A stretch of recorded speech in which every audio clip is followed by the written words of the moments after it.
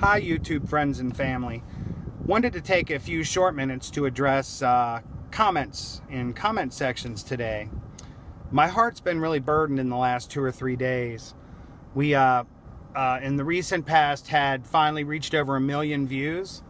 And almost immediately after, we had another video go viral. It says something like, "The entire Bible explained like a boss." A catchy title, designed to generate attention, and it certainly did. But I want to talk about different categories of comments that were on that video, and I want you to go read them if you're a Christian, because, my initial reaction, I get so many of them, is just to scroll through them so that they don't have a negative impact on my spirit, because so many of them are just hateful. But in prayer, I got to thinking about how there's kind of different categories. Let me start with our viewers that are atheists, agnostics, non-believers.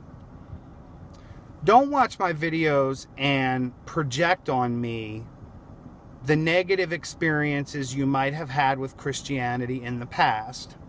I'm ultimately trying to share new ideas. Think. Ask questions rhetorically and use logic. I have found a balance for me that works between the objective truth of certain things that exist inside Christianity and my own subjective experiences. And my faith exists where those two pieces merge. I'm not saying that that's for you, but try to avoid watching my video and thinking about that idiot pastor from this or that church that misguided you or didn't speak truth to you, because our channel is ultimately about truth-first Christianity in a post-Christian country. If you look through the bulk of our videos, we often are challenging, certain dogmas that don't hold to scrutiny, while still trying to protect those kernels of truth that are in the gospel. There are other comments we get that are obviously people who probably used to belong to the church but don't anymore, and have had some negative experiences that have impacted their soul in negative ways, and they're just unloading emotionally hate and anger.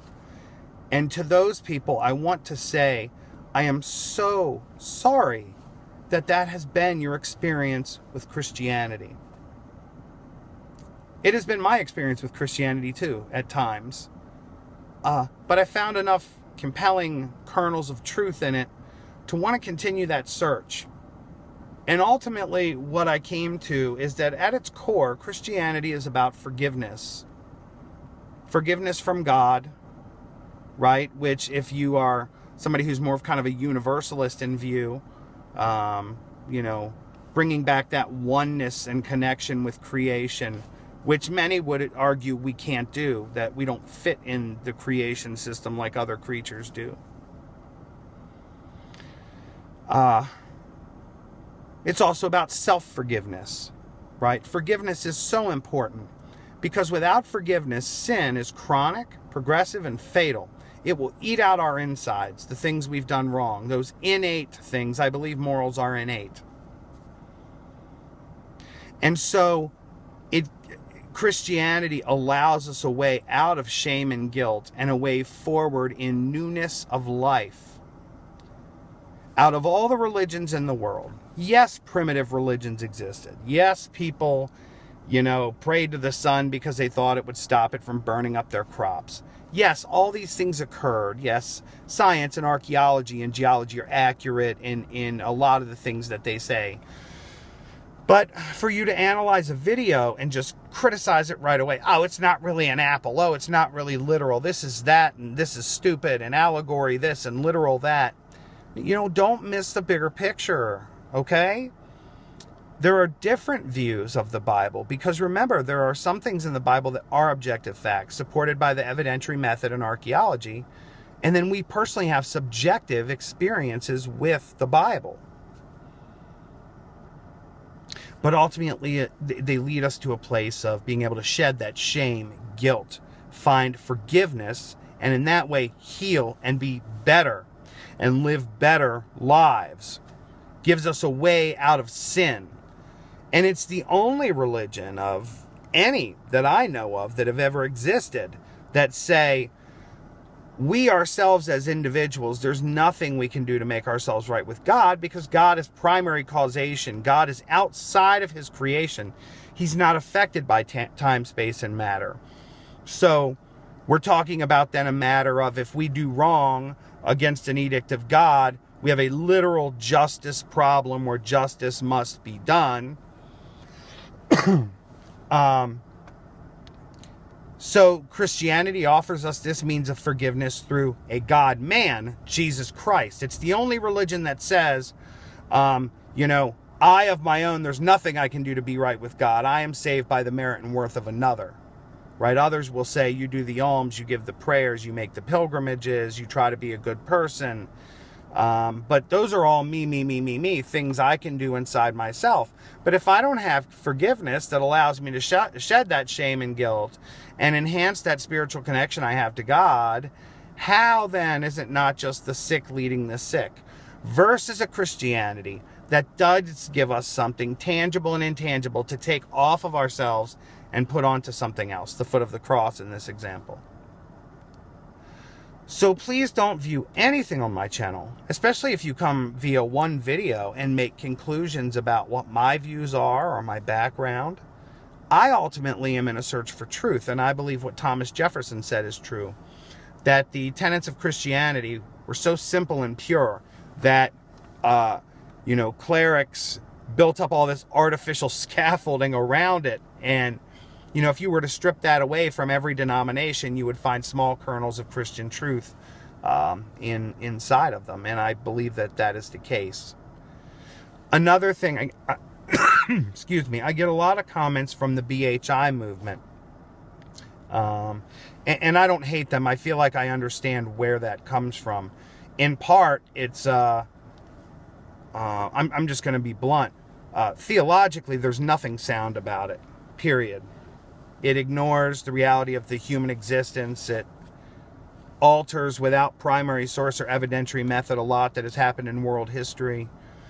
And it mixes the idea that the original Hebrews were people of a much higher level of melanin in the skin, and that people like me in the videos I make are to be blamed or criticized for this purposeful putting out of videos that show these biblical characters always as white-skinned. I accept that criticism in part, but I don't accept the idea that it comes from a negative motive or this purposeful, exclusion of others. First and foremost, it's Google. There's a certain amount of images you're allowed to use copyright free. And if you do it yourself, go type in Google Images, biblical character Judah. Well, you tell me when you see somebody that isn't white-skinned. We have to remember that a lot of art that survives from Christianity past comes from the Renaissance, which was funded by very white, very northern Italian, papal state family popes. And they characterized in their art all of these characters as white people. I do agree that there's a certain element of Eurocentrism in our history, and that a lot of the Bible characters probably were of much higher levels of melanin, but this idea that it's completely backwards, they all were, and there were no whites, and the whites now are just Edomites, and they're going to... None of that is... It's like you guys are like every other denomination. You've got kernels of truth wrapped with all this other stuff. The militant nature of your leadership, and it's funny to me because I look at the Catholic Church with their fancy dress and their ritual, and I say, oh yeah, it makes sense. They're looking at themselves and saying, hey, we can have this hierarchy too. And you're right, you can, and it makes sense that way. And I see a lot of modern resentment built into it. It's an old theological idea that takes a source from 1500 years ago and uses that to view a modern lens while ignoring everything that happened in between it. And that's the issue I have with it. Some of the stuff I agree with, but I find that even in trying to converse about it, it's a lot of just venom, and we can never kind of pin down, oh, okay, where is there some truth here, and where can we find common ground? And often there's not a desire to seek common ground. The desire is to let you know you are going to be in the place that we were in 200 years ago, 150 years ago. And that, God is God for all of us. There's not all this hate. It's just not there. Most Christians are sincerely trying to pursue a holy life based on the teachings of Jesus Christ, which wouldn't allow us to hate other people solely based on the color of their skin, which is just insane. I mean, there's so many examples in the New Testament where we're taught not to do that, Anyway, remember what this channel is about. We're searching for truth. You're not going to like everything you hear, but eat the meat and leave the bones. This is not a channel that's trying to indoctrinate you or convert you. It's a mix of me sharing my own personal testimonies with the objective truths that I find via primary sources and the evidentiary method, and then also sharing the subjective truth that I find through years of devoted study. I hope that everybody continues to do well. I am 4 chapters away from seeing a completed copy edit on my new book, Shipwrecked in the Land of King Tobacco. My goal was to have it finished by mid-October, and I'm close. And then I will share more about progress on that. In the meantime, I want to close out praying. I want to pray with everybody who left comments on the video. Finally, check this out, the Bible explained like a beast, or whatever it was. God, I want to take a moment to pray for every person of every race in the country of America. Because, God, we are not races. There is humanity. There is a human race. Otherwise, God, you made us with different levels of melanin in our skin. And at different times, because humans are fallen, we have treated each other unfairly. At various times in history, we've all been victims. But through Jesus Christ, you offer us a way out through forgiveness and a lifestyle path that we can follow in our personal lives. God, I pray for healing. I pray for those that see this that will go into the comments of that video and share love and share ideas and share fellowship, that we might all be edified and improved by these processes. God, I accept that I don't have all the answers. All I can hope is that through my research, some people are touched, some people are converted. Others, I hope they learn new things. And at the same time, God, help me to remember that you can't please everyone, and not everyone is going to like the work that I do, and that's okay too. I pray in the name of my Lord Jesus Christ. Otherwise, I have no place in prayer before you, Father. Amen.